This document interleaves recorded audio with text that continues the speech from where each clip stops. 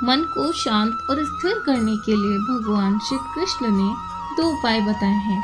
किसी भी चीज को समझने के लिए सबसे पहले मन को शांत रखना चाहिए और फिर काम पर ध्यान देना चाहिए, क्योंकि हम मन से ही प्रश्न खोज लेते हैं और मन में ही जवाब देकर बैठ जाते हैं। भगवान श्री कृष्ण ने मन को शांत रखने के लिए 2 बातें बताई हैं। भगवत गीता में श्री कृष्ण कहते हैं, मन का बेचैन होना उसका स्वभाव है।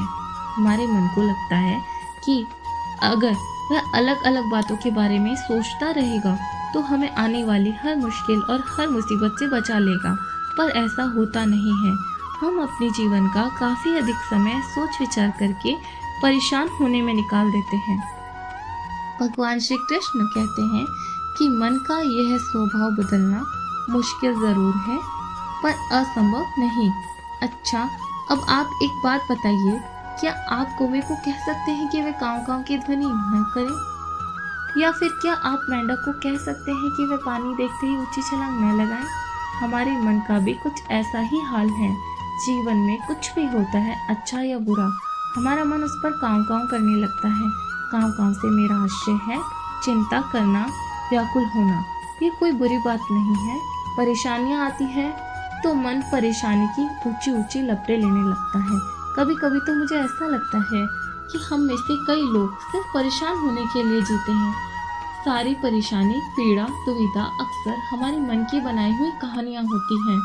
भगवान श्री कृष्ण हमें हमारे मन को शांत और स्थिर करने के लिए 2 उपाय बताते हैं। पहला, ध्यान लगाना या मेडिटेट करना।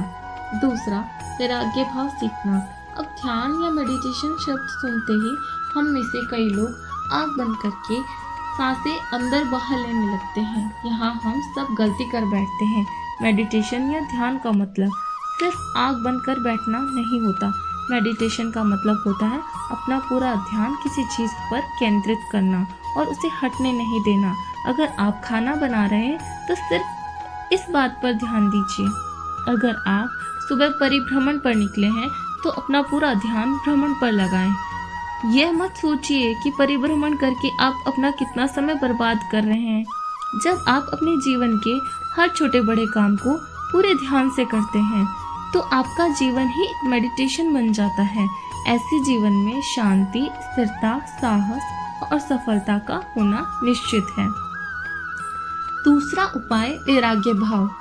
वैराग्य का अर्थ यह नहीं है कि आप सब कुछ छोड़कर जंगल में जाकर बैठ जाएं।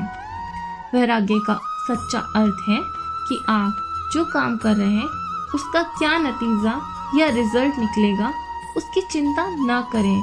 जैसे अगर आपने कोई इंटरव्यू दिया है, आप ये कर सकते हैं कि आप पूरे मन से तैयारी करें और अपना बेस्ट देकर आ जाएं। वह नौकरी मिलना या ना मिलना आपके हाथ में नहीं है। इस नतीजे के पीछे अलग अलग चीज़ें हैं जो आपके बिल्कुल कंट्रोल में नहीं है। तो जिस चीज़ के बारे में आप कुछ कर नहीं सकते उसके बारे में चिंता ना करें। यही वैराग्य का सच्चा अर्थ होता है। मन को चिंता की लपटों से बचाने का याद रखिए, आप पूरे के पूरे इंसान हैं, समझदारी, संयम और कुशलता से भरे इंसान हैं। आपका मन जब भी कौवे की तरह अलग अलग बातों पर आपको परेशान करने लगे तब अपने मन को भी प्यार से समझाइए और शांत कर लीजिए। बस अपने ऊपर विश्वास रखिए कि आप कभी अपना बुरा नहीं होने देंगे, आप अपना बेस्ट देंगे और आप सफलता पाएंगे।